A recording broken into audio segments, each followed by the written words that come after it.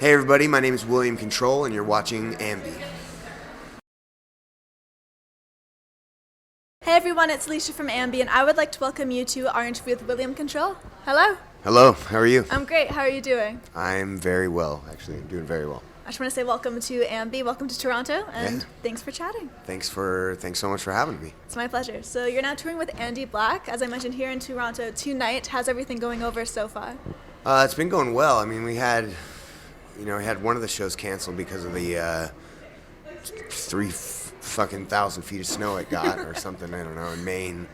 But other than that, the shows have been fun and packed, and it's good to be on tour with Andy again. We've toured a few times, so well, I personally can't wait to dance throughout the entire set. The lineup is just absolutely amazing. Has there been a lot of dancing on your end for this tour? There has. I mean, obviously, I'm a lesser known artist. Everyone who's coming to these shows are coming to see Andy Black, but it's cool to stand in front of a crowd that's probably never heard of me or listening to this kind of music. So it's cool to kind of introduce people to what we're trying to do. Well, the other day, it was a tour photo, and you posted it. It was of you holding a Kit Kat, and all you said was, "God damn, I love Kit Kats." Being only a couple days or a few days into this tour, is that already the tour diet? You're already at that point? Oh, I mean, that's... No. People get really upset when I eat Kit Kats that way. Okay. When you just take a bite of a Kit Kat, they get really upset for some reason. People are so... You have to snap it? Is that the whole thing? Yeah, like people want you to eat it one at a time. They're so obsessive-compulsive about chocolate bars. They get so... I mean, if you look at the comments on that picture, it's just 100 comments of people like, no! It's funny. That's insane. See, I would do it the same way as you, where you just take a big old bite into it. Yeah, you just take a bite. What the fuck? It's a candy bar. So is that taking a big part of the tour diet, or was that just like a one-off and you're like, all right, these are pretty good? No, that was just a one-off thing. I mean, the tour diet's not much better than that. Yeah? Snickers. It's an exciting time because Snickers and cigarettes. Yeah? It's an exciting time because there's a new record out and you're releasing it in the form of 4 separate EPs. It's super exciting because the Black EP, just a couple of days it's coming out. Yep. So are you pretty pumped about that? Friday it comes out. I'm really fucking pumped about it. You shared a new video for the song Analog Flesh in a Digital World. And before even listening to the song, it's a fantastic, dancey synth banger. But before listening to it, I'm like, I just love that title so much. So why did you decide to go with that? I mean, it's very apropos, I guess, I mean, we live in this technological, hyper-connected, insane world now where people are, we know what's happening in Japan before, a newspaper could print it, because of Twitter and Facebook and Instagram. I mean, we live our lives. We do our banking. We do our communicating. We do our picture taking. We write notes. We take memories. I mean, we live in this digital world now. It's totally different than it was even just 10 years ago.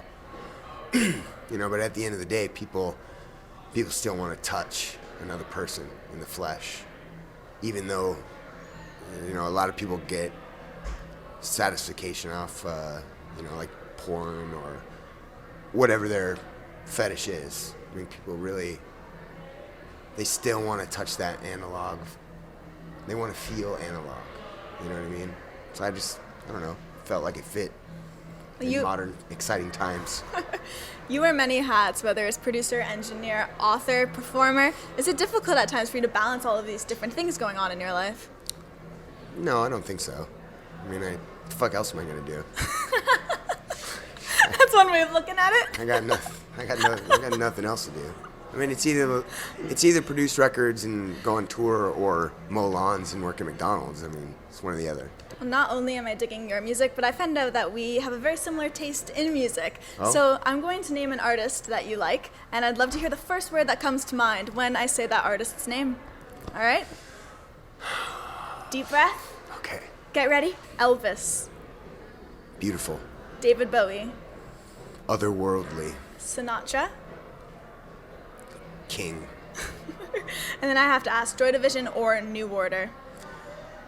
Oh, man, this is too hard to answer that question. I mean, just I had a feeling it might be a bit of a merits stumper. to both. I love Joy Division because of the raw, emotion and how young they were and how shitty their records were. But I also love New Order because they wrote great fucking songs. In a time, writing electronic music in a time where it was really hard to write electronic music. Now it's, we have programs, you just push buttons. It's super easy. You just have to kind of put it together a song. Back then they had to feed machines with like pieces of paper, and like it was fucking insane. They had to make sure it was on the beat. I can't even imagine making a record back then. But I do love them both equally. Well, just to wrap everything up, is there anything you want to say to all of your fans who will be viewing the interview? Thank you for buying our merchandise and joining this movement, this new romantic movement. Thanks for coming to the shows, and get ready for a whole lot of fucking touring. Awesome. Thank you so much for joining me today, Will. Thank you very much for having me. It's my pleasure. And remember, to everyone viewing, you can visit us at musicblogia.com for all exclusive interviews, features, videos, and so much more. See you next time.